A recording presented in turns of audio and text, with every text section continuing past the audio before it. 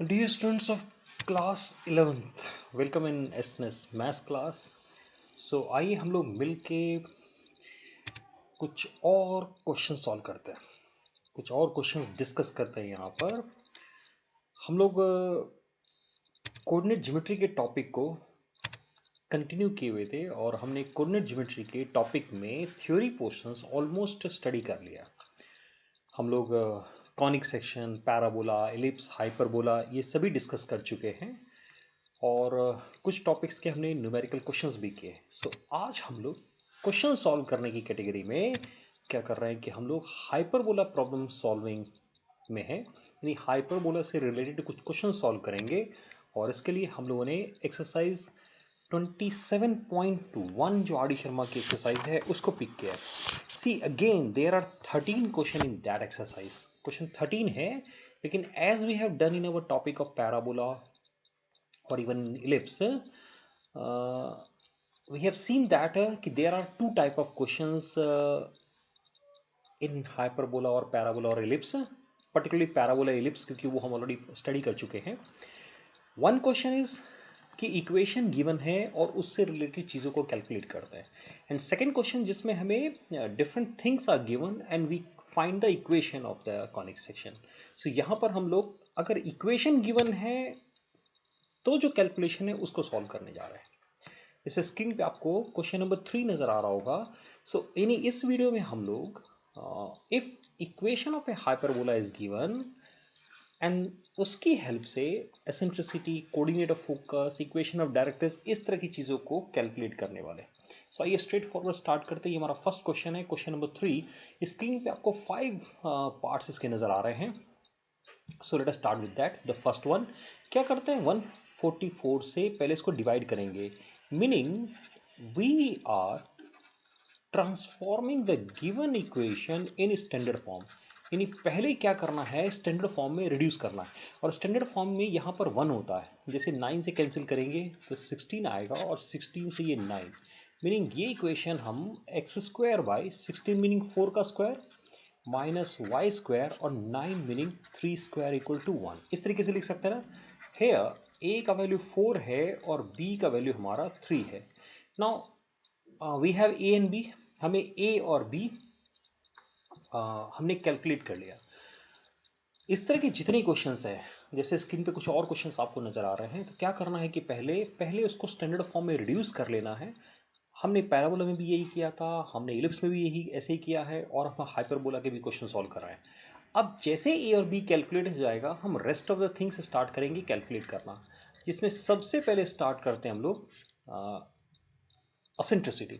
Now असेंट्रिसिटी का formula क्या होता है, it is A square plus B square divided by A square. यानी इसका तो मुझे क्या करना है, ए का वैल्यू और बी का वैल्यू पुट करना है।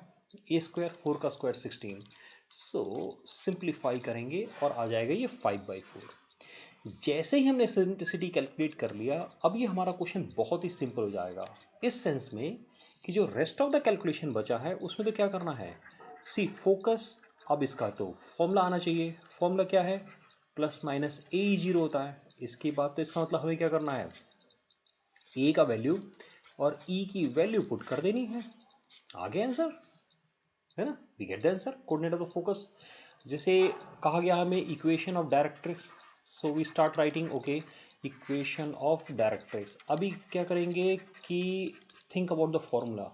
क्या होता है formula, x equal to plus minus a by e, that is x equal to plus minus a है 4 और e है 5/4, सो सिंपली 16/4। आ गया x। यानी हमने इजिली क्या किया, हमें डायरेक्ट्रिक्स की इक्वेशन पता लग गई। अभी कहा गया लेंथ ऑफ लेटस रेक्टम, चलिए अगेन फॉर्मूला लिखते हैं। Length of latus rectum formula क्या होता है, 2b square by A. Now 2b square और a is 4, so 9/2 हमारा आंसर आ गया। नहीं, after converting given equation in standard form and note down the value of a and b के बाद ये पूरा क्वेश्चन बहुत ही सिंपल हो जाता है। सिर्फ फॉर्मूले का एप्लीकेशन है। यानी क्या करना है कि पहले फॉर्मूलों की लिस्ट को याद कर लें या उसको अपने साथ रखें, ताकि बार बार क्वेश्चन में अप्लाई करेंगे तो वो 1 से 2 बार में हमें याद होने लगेंगे फॉर्मूले।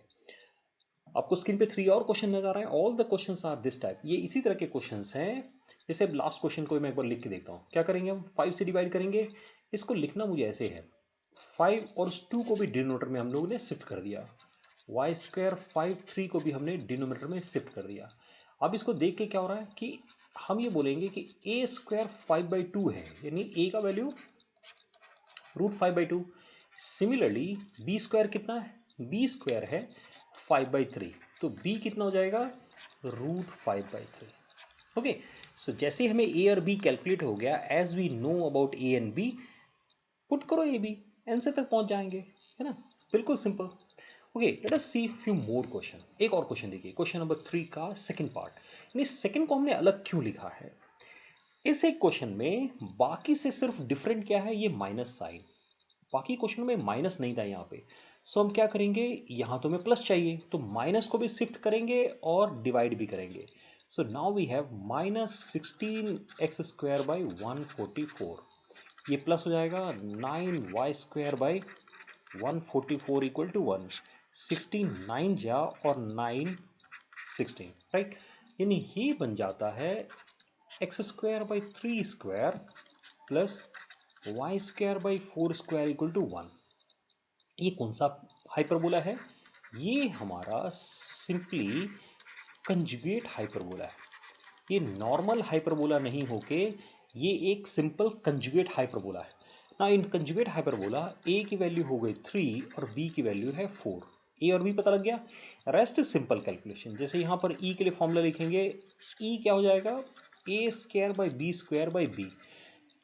ऐसे याद रख सकते हैं कि कंजुगेट हाइपरबोला वर्टिकल फॉर्म में होता है, तो ए और बी एक दूसरे की पोजीशन को रिप्लेस कर देंगे। नाउ वी हैव 9 + 16 b², नहीं यार, b² is 4² 16, so that is simply 5/4।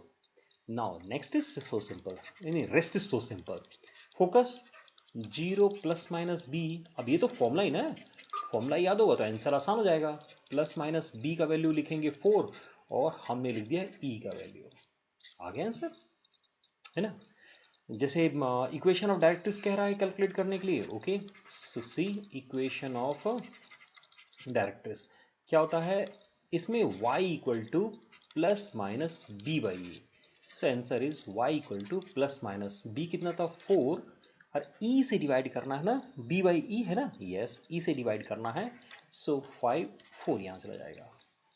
Length of latus rectum, length of latus rectum, वहां फॉर्मूला था 2b²/a, यहां हो जाएगा 2a²/b। सो 2a² मीनिंग 3 का स्क्वायर और b meaning 4।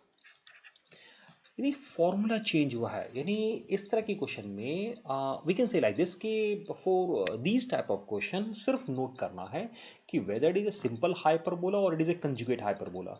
And first reduce it in its standard form, note down the value of a and b and apply the formula according to the type of hyperbola। अगर conjugate है तो conjugate के फॉर्मूले apply होंगे, otherwise simple hyperbola है तो simple formula apply होगा।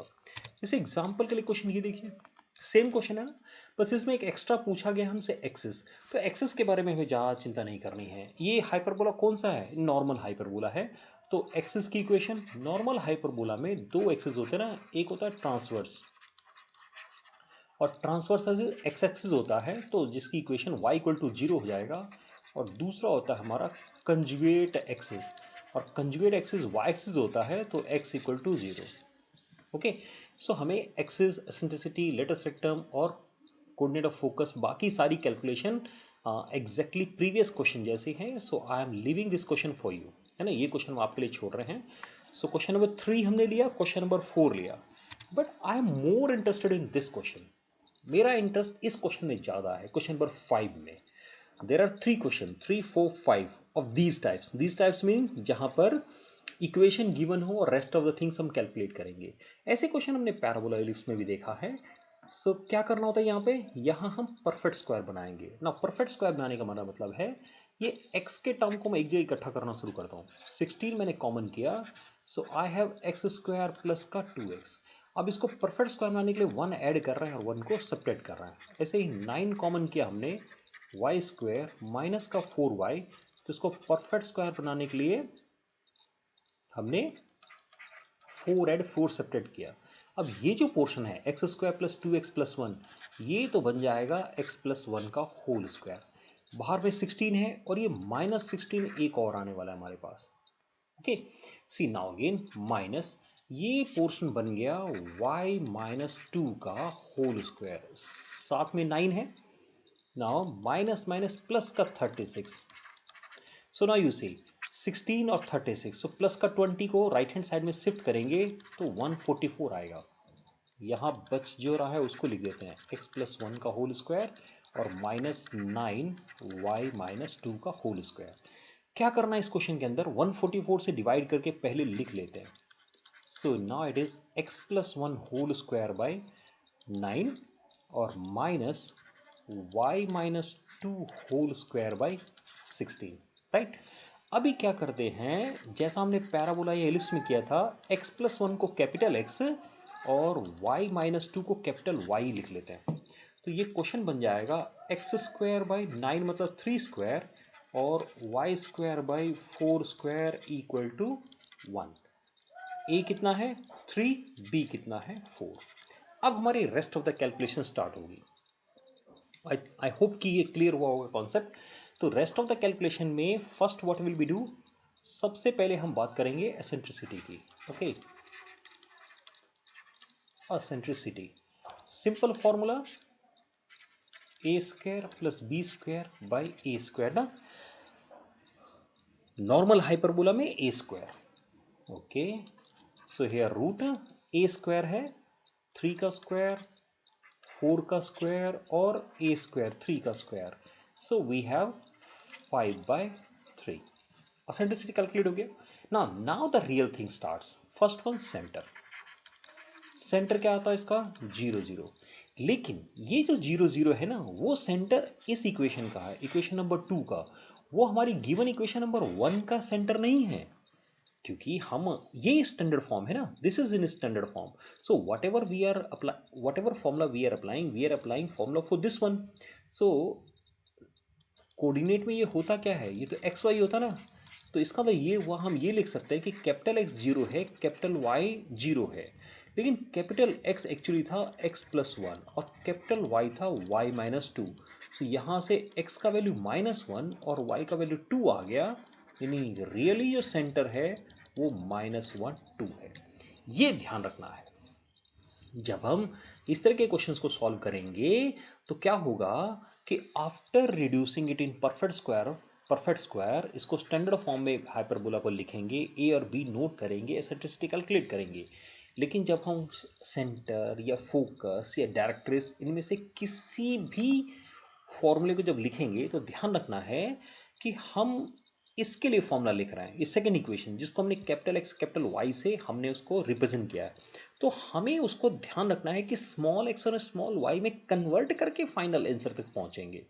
ये ऐसा समझिए कि ये शिफ्टिंग ऑफ द ओरिजिन है, मीनिंग ये x प्लस 1 और y माइनस 2, अब ये -1 और 2 जो नंबर्स हैं, -1 2 पे हमने ओरिजिन को शिफ्ट कर दिया, यानी ये जो इक्वेशन लिखा हुआ है इसमें ओरिजिन एक्चुअली ओरिजिन पे नहीं है, ओरिजिन -2 पे है, तो अकॉर्डिंगली हमें सारे कोऑर्डिनेट्स भी चेंज करने होंगे।